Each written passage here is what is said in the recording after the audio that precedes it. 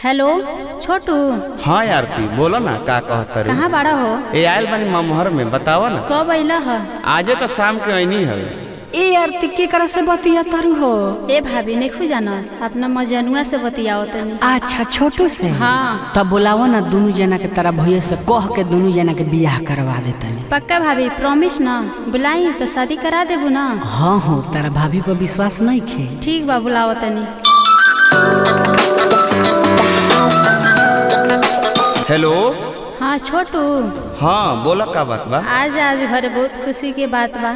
आज भाभी कहता शादी करा देम दोनों आदमी। अच्छा ठीक बा तो आवत तनी।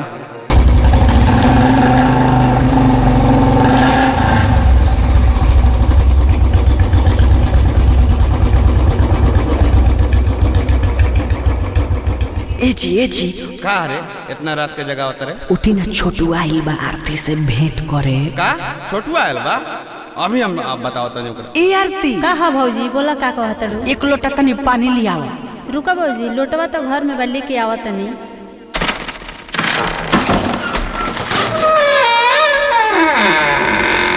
अब बंद रह यही कमरा में। अब हमार देख तू लीला। का रे छोटुआ तोरा इहे काम रह गल बा। तोरा इज्जत के कोनो लाज नहीं का? ए महाराज छोड़ी ना इस तरह बिना पिटे ले जाइए नहीं जैसे। छोटी गलती हो गई। ना ना रोज रोज के दूसरा एक बार घुसता माफ कर दी। नमस्ते प्रणाम। हम हैं कृष्णा कंचके के न्यूज के माध्यम से कैमरामैन सूरज के साथ। आज बहुत ही बड़ा घटना घटा हुआ है अररिया जिला के रानीगंज में।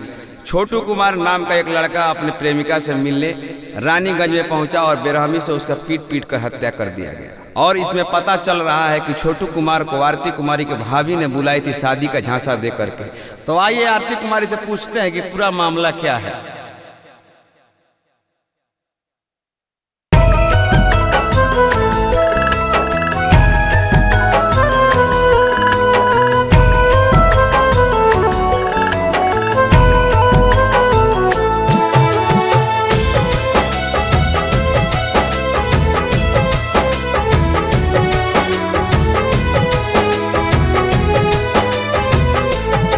भौजी भैया के जगाई बन गइलू तू कसाई।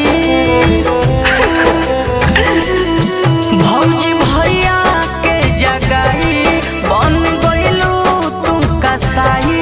ठीक कइलू नहीं छोटू के मार के। काहे देखल नहीं गइल हमरा प्यार के। कैसे जी भौजी बिना यार के।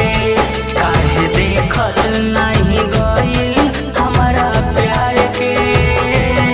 कैसे जियब भौजी बिना यार के।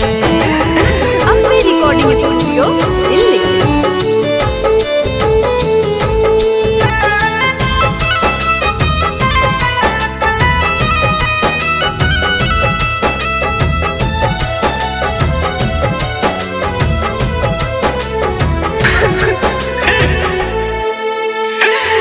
तड़पतनी आज टूटल रमान हो।